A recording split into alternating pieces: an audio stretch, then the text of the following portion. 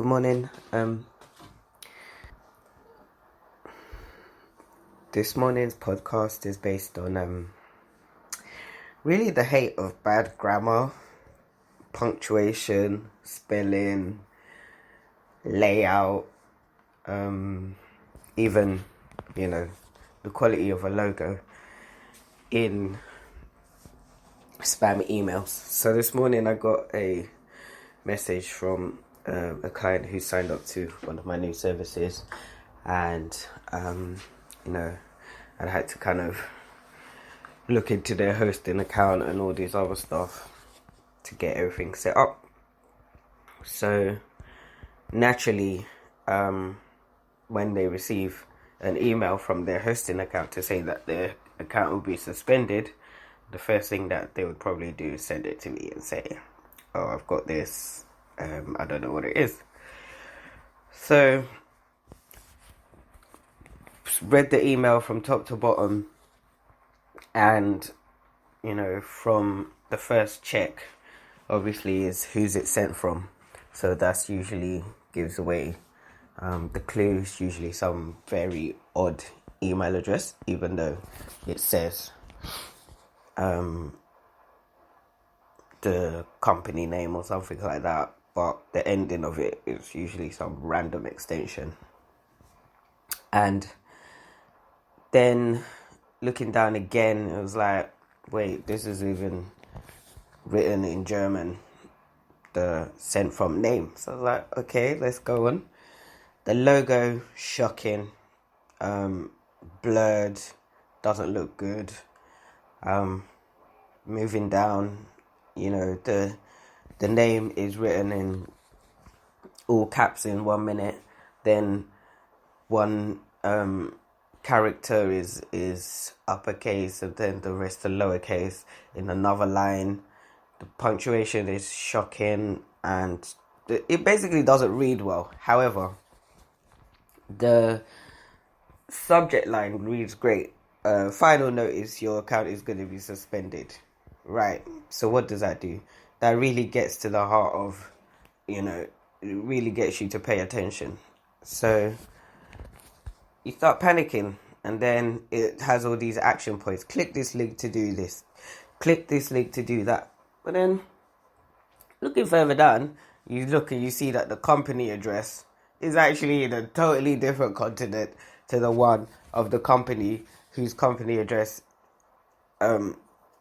this email is supposedly coming from. Just too many errors, right? So, as somebody who has a very keen eye for detail, yes, I do get spelling mistakes and typos and stuff like that, but usually from my experience of working in marketing and communications and IT stuff, I'm always looking out for the errors and the readability. And usually with a spam email, I take my time to read it, sit down, have a cup of tea, see what they're saying, because after a while, it's like spot the difference. And I used to love spot the difference when I was young. So maybe this is one of the training,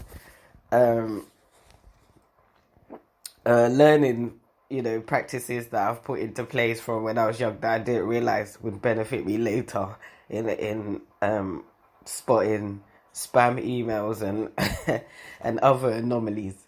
So yeah, I mean, if you're gonna train your kids on anything, train them to spot the difference. Look for details, that don't make sense, don't read well, and make sure things are written properly at least. Because basically, you're just wasting our time, and that, I guess, is my point for this Saturday morning. Yeah, so life goes on now. Bad grammar, bad spelling, bad punctuation, a shocking logo,